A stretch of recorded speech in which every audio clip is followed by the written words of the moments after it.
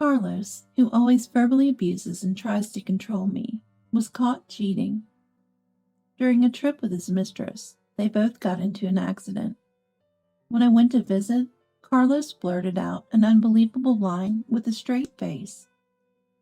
"My husband is so cold. He'll never take care of me now that I'm paralyzed from the waist down."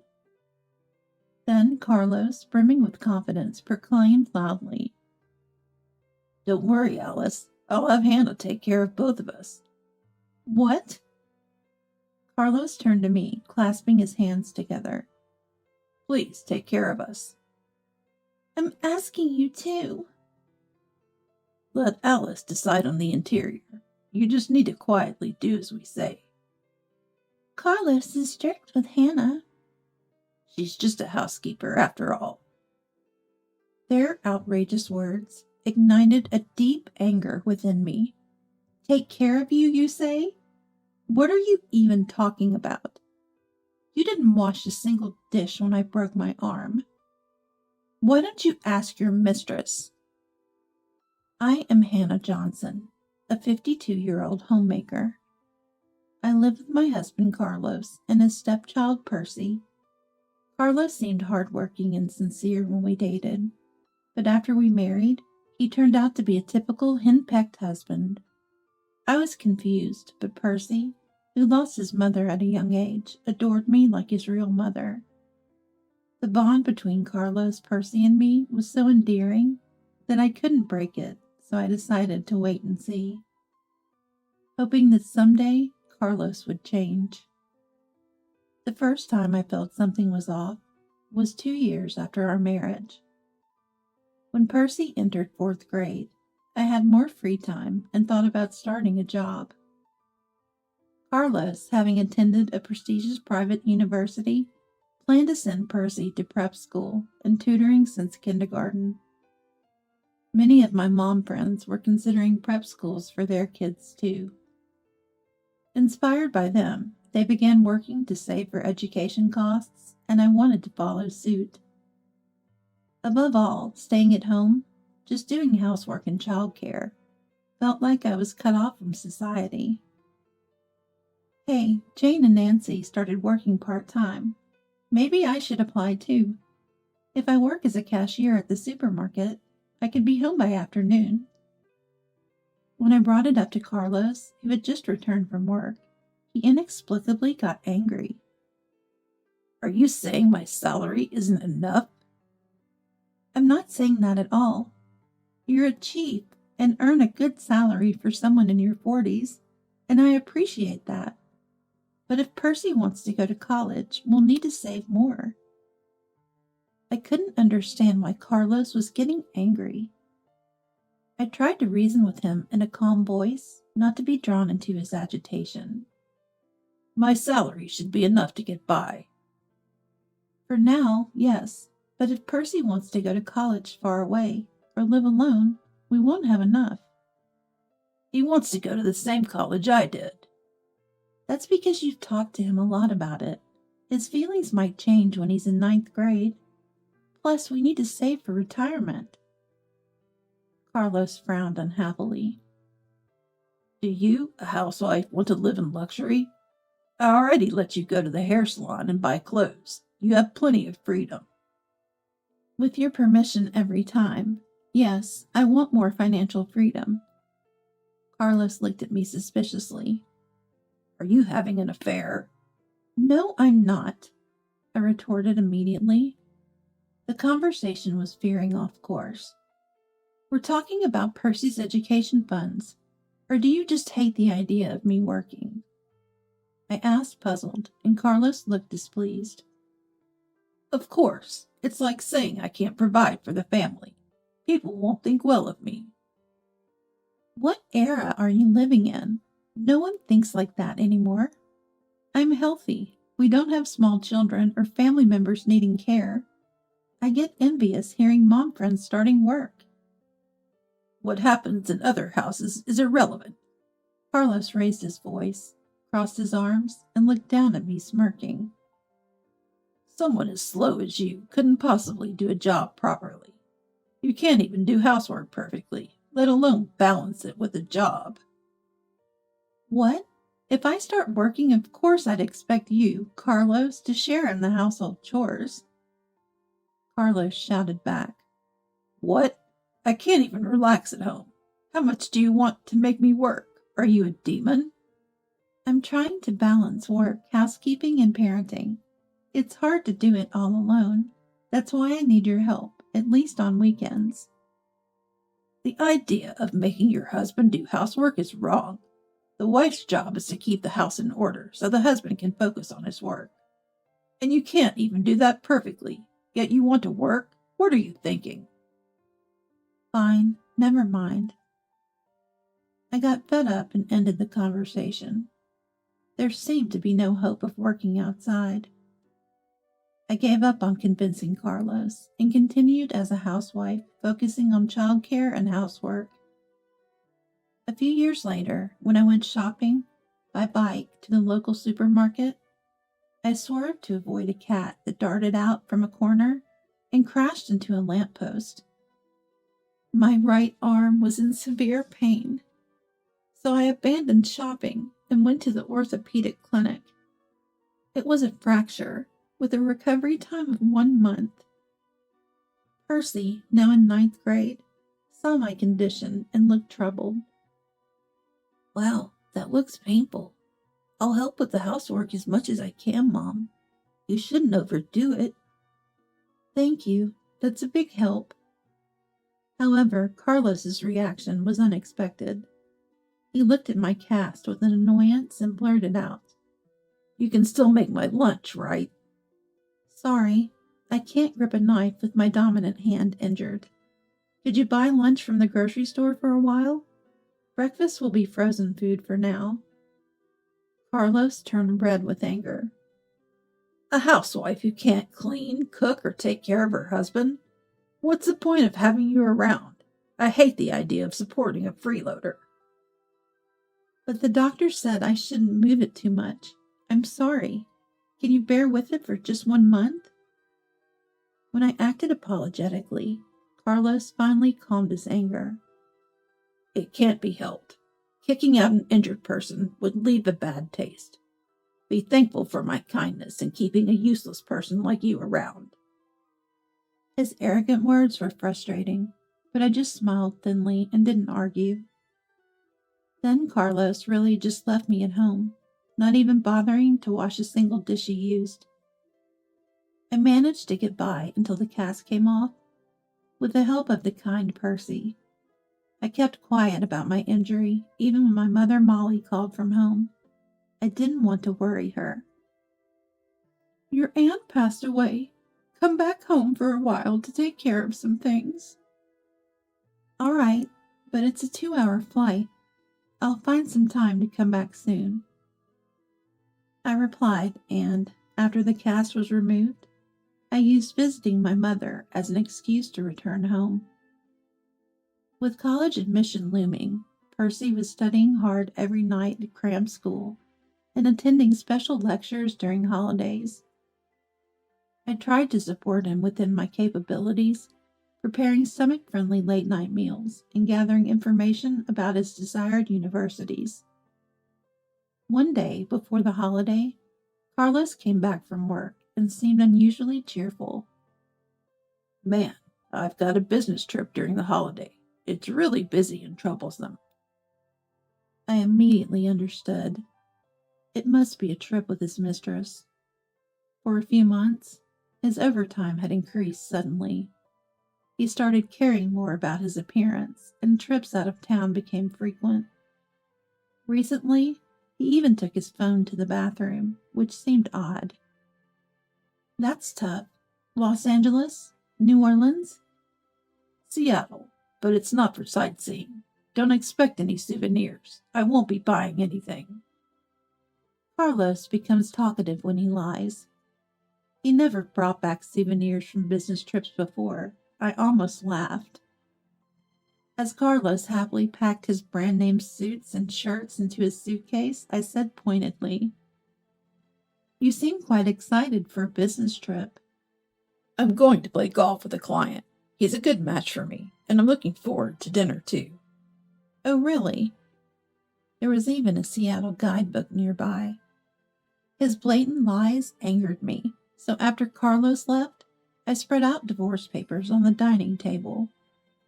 Recently, while Carlos was asleep, I unlocked his phone using his fingerprint and confirmed his exchanges with his mistress. Messages like, "You're the only one for me.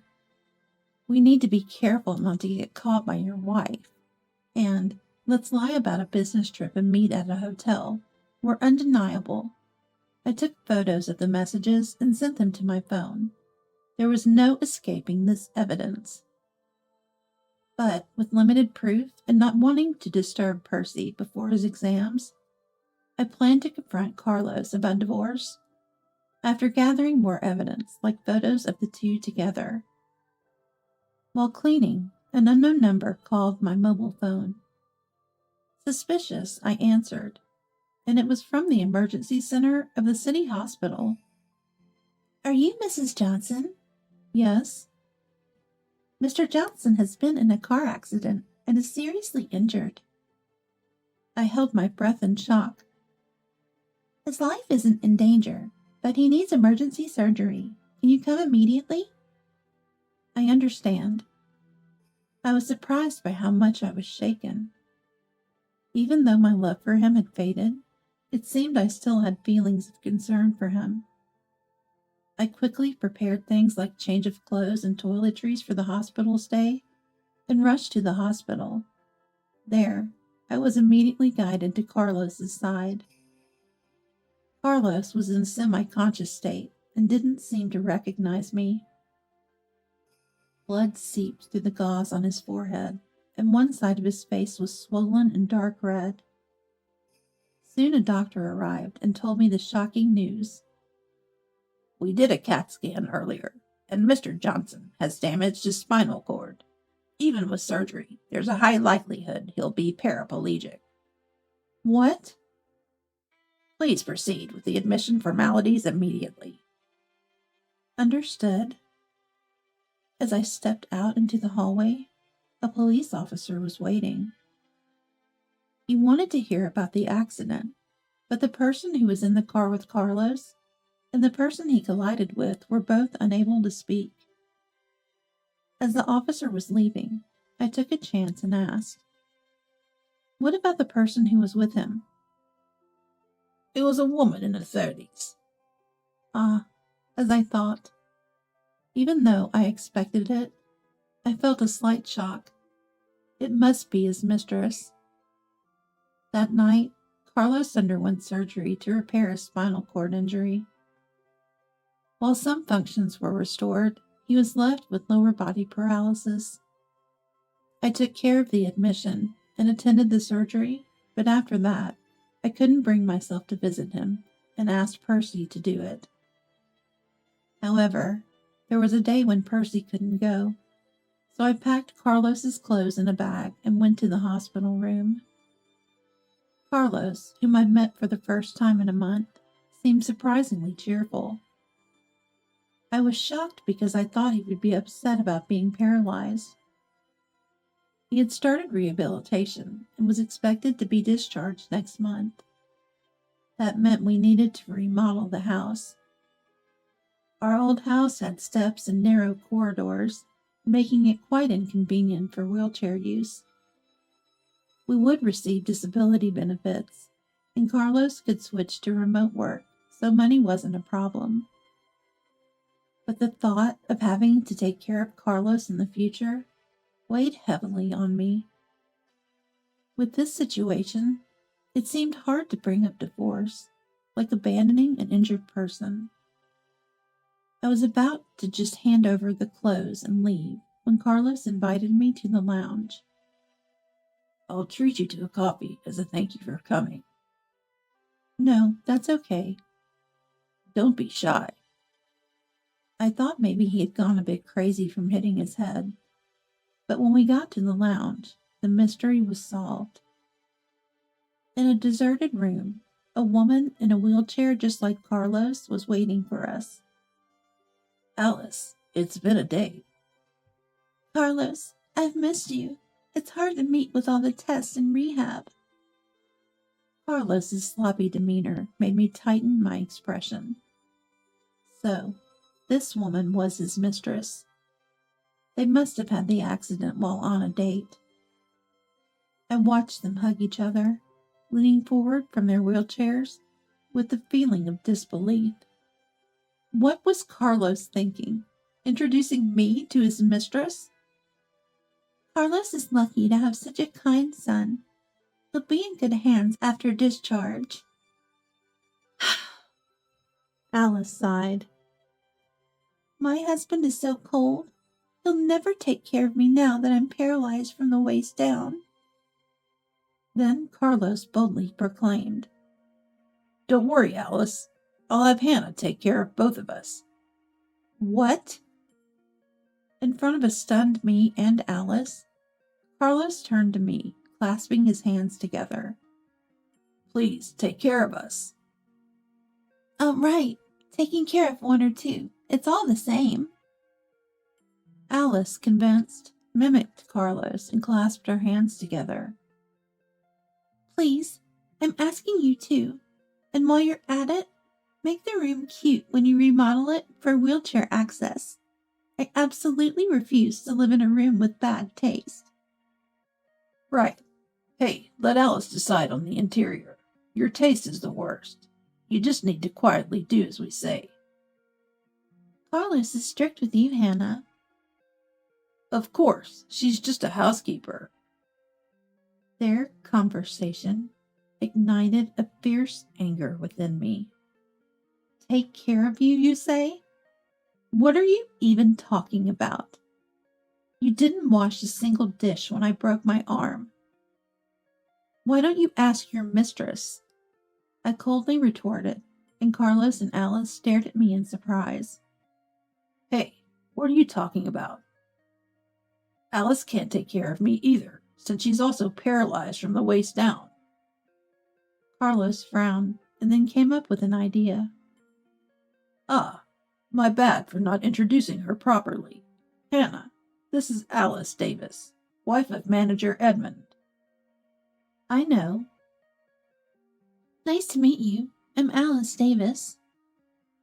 Alice greeted me with a sweet, coquettish voice and turned to me. Hannah, are you misunderstanding something? I was just seeking advice from Carlos. Carlos nodded in agreement. I'm 17 years older than Alice. It's not like she's my mistress.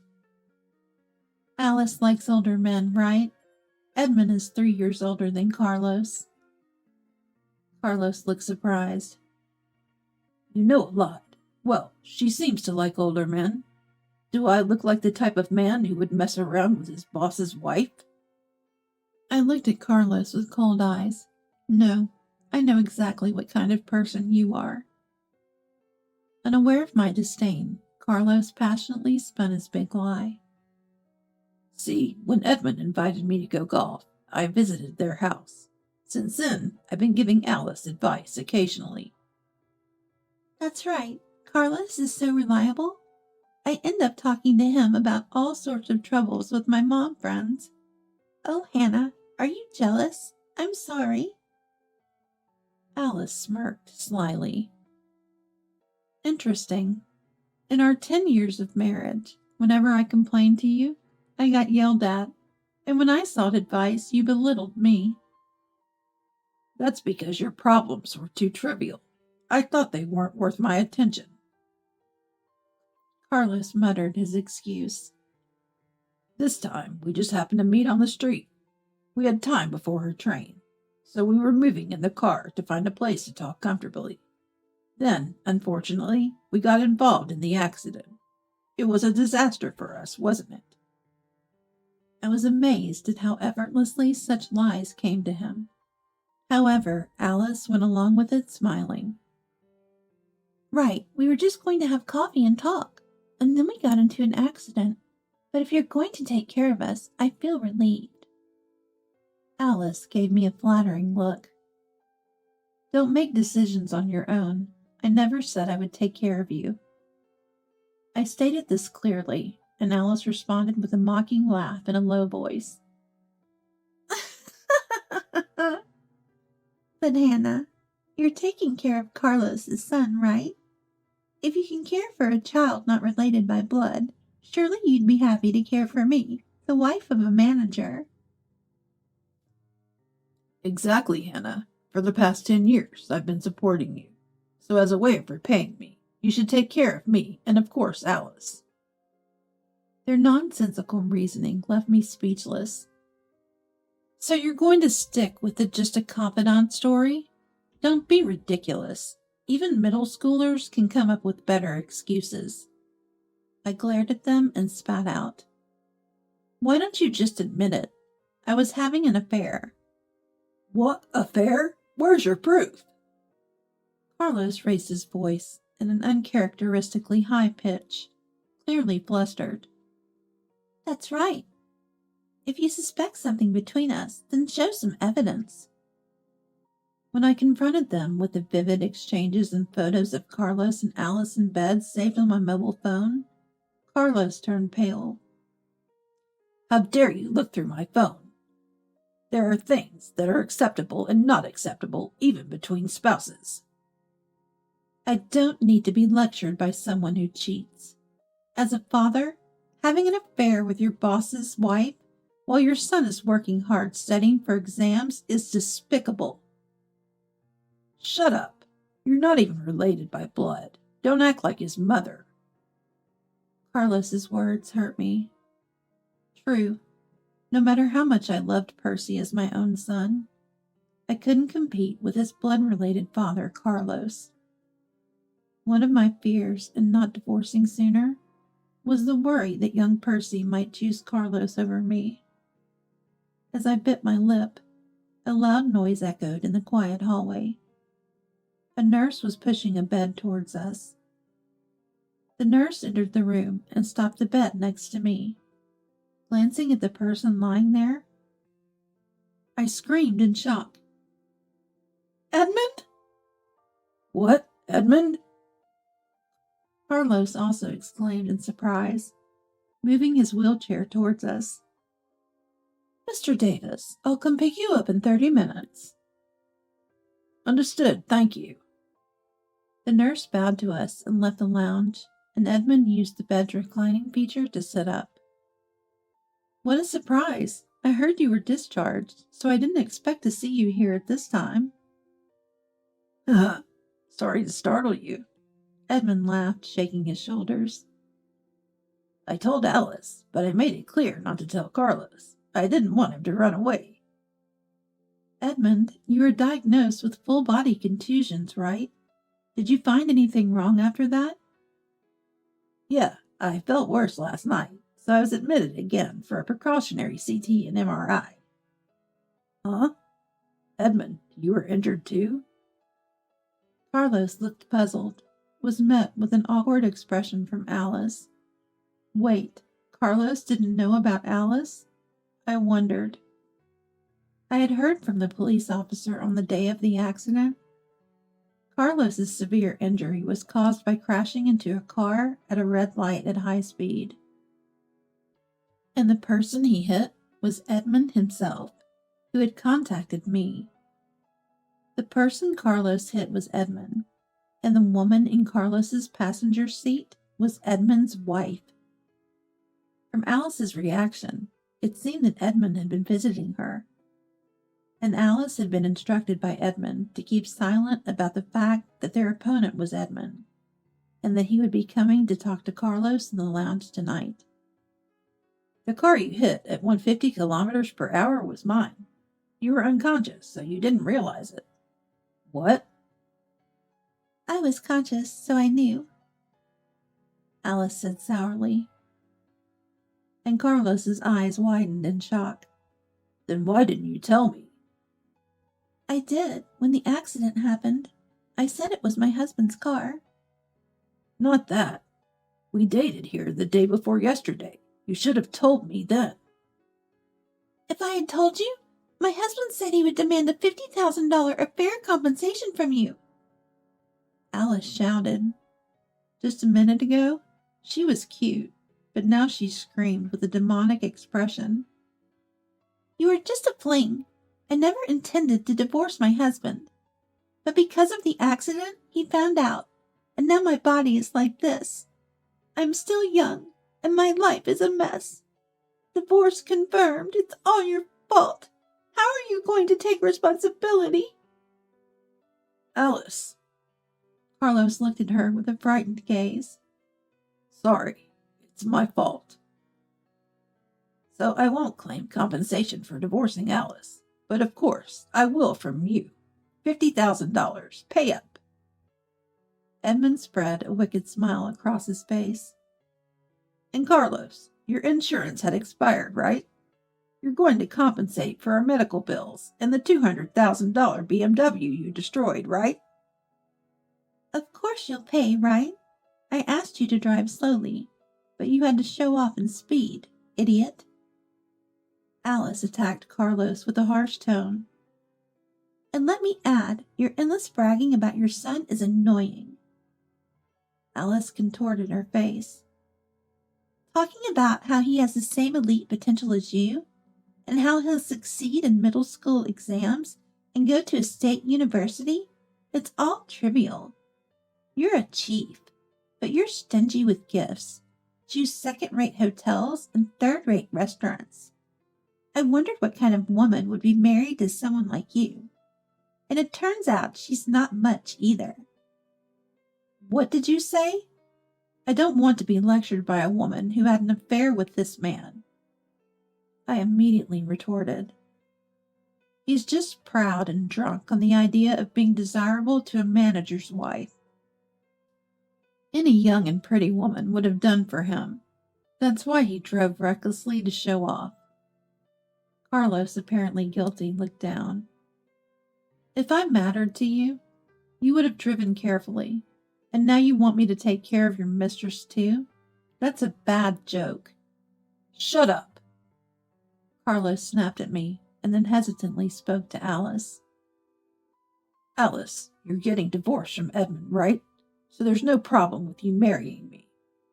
He stubbornly persisted even in this situation. No way, I've already told you. Alice firmly refused.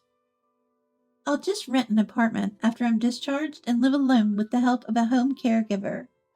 I never want to see your face again, after putting me in this situation. She then pointed her finger at me and mocked. This man, after all his verbal abuse, still expects you to take care of him. How much has he belittled you? It's pathetic. Alice, stop it. Goodbye. Don't contact me anymore. After saying her piece, Alice skillfully wheeled herself back to her room. Carlos, you're paying the compensation and medical bills, plus the car damages. You'll get the bill after discharge. As the conversation ended, a nurse waiting outside the lounge came in. As Edmund's bed was pushed by the nurse around the corner of the hallway, Carlos, who had been watching, exploded in red-faced anger. Damn it, that woman, pretending to be in love with me, changes her attitude as soon as I become paraplegic. He came over in his wheelchair and clung to my arm. You'll take care of me, right? You're my wife, after all. I refuse.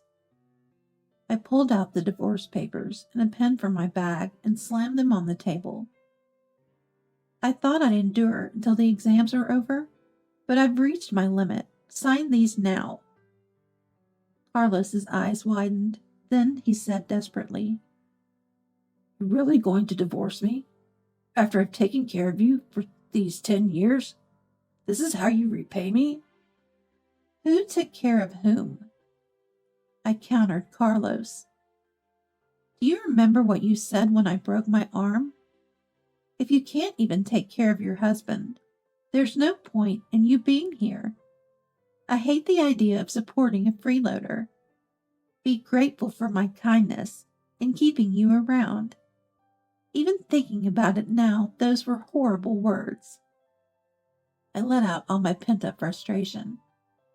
You didn't even wash one plate you used. And now you want me to take care of you because you're paraplegic? Don't joke with me. Carlos grimaced. Your injury was your own carelessness.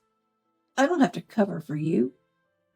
Well then, since your injury was also due to your carelessness, I don't have to take care of you either. Fine, I get it. I'll sign. Carlos signed the divorce papers in resignation. Don't come crying to me for a remarriage later.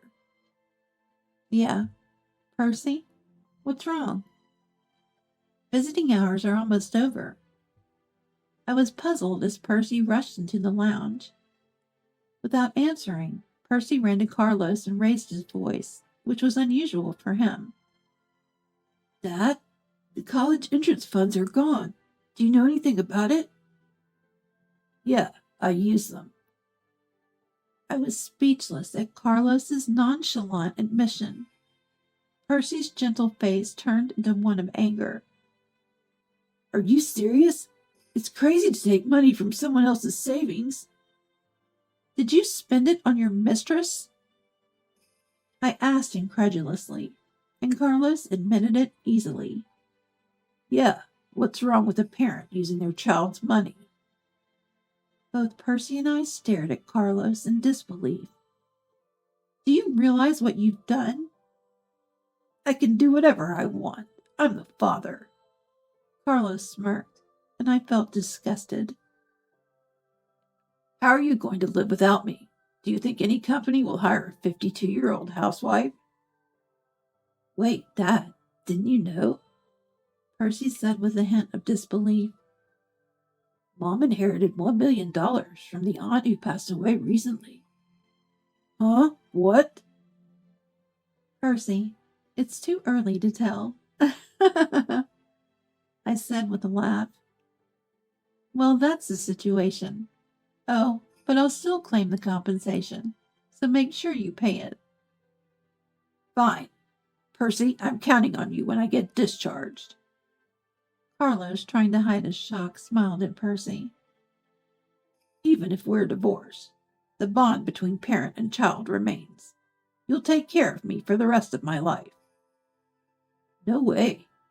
You used up my money and still ask for my help? What kind of nerve do you have? Percy smiled coldly.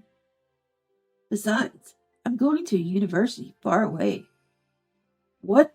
You're supposed to go to my alma mater. I changed my course a long time ago. I tried to tell you, but you were too busy to listen.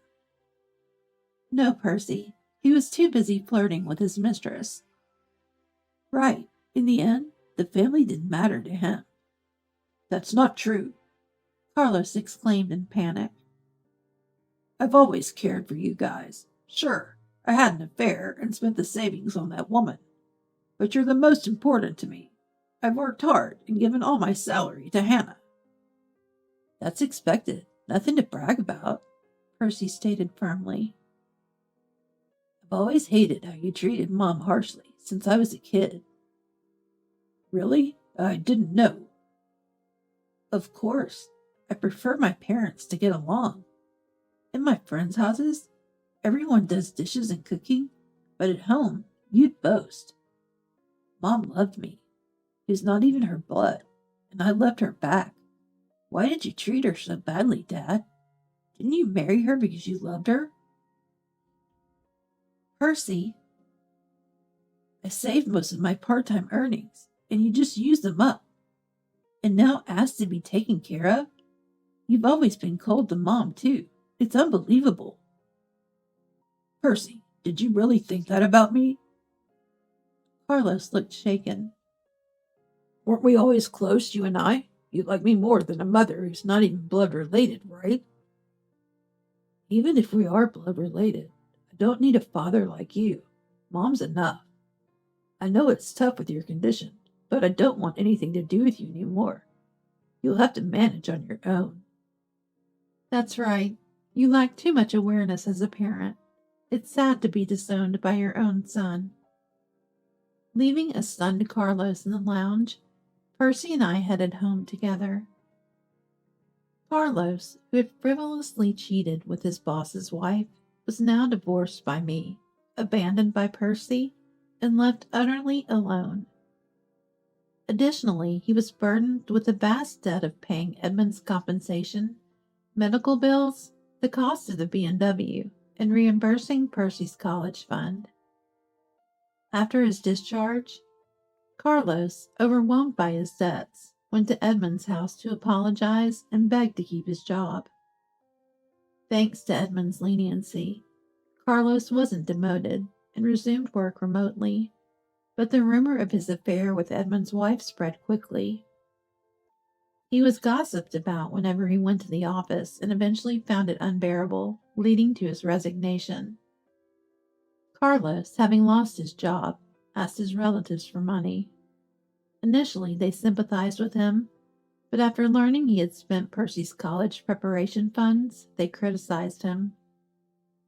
Eventually, Carlos's brother-in-law, known for his strictness, took him in, intending to re-educate him. Alice, divorced and kicked out of her home, rented an apartment from a relative and started living alone.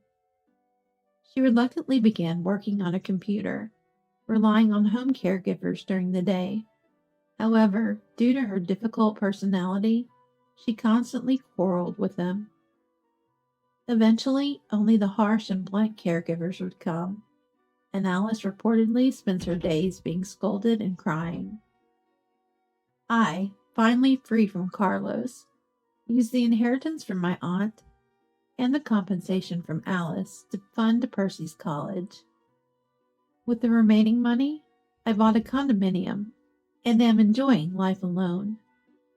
Without anyone to complain about my housekeeping or worry about others' opinions, I've also resumed part-time work after 10 years.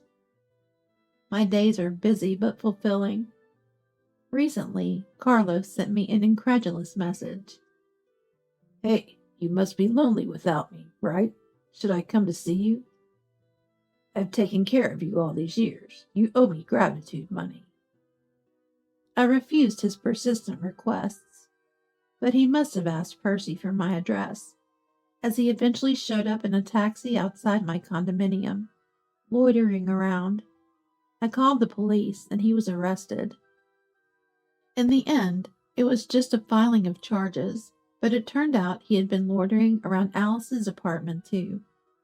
The brother-in-law, furious when he came to pick up Carlos from the police station, placed Carlos under house arrest. Carlos now spends his days working on a computer from early morning to late at night, tirelessly repaying his debts. Percy, taking his father as an example of what not to be, is diligently studying and enjoying his university life. Though not related by blood, Percy is like a son to me. I look forward to warmly watching his continued growth.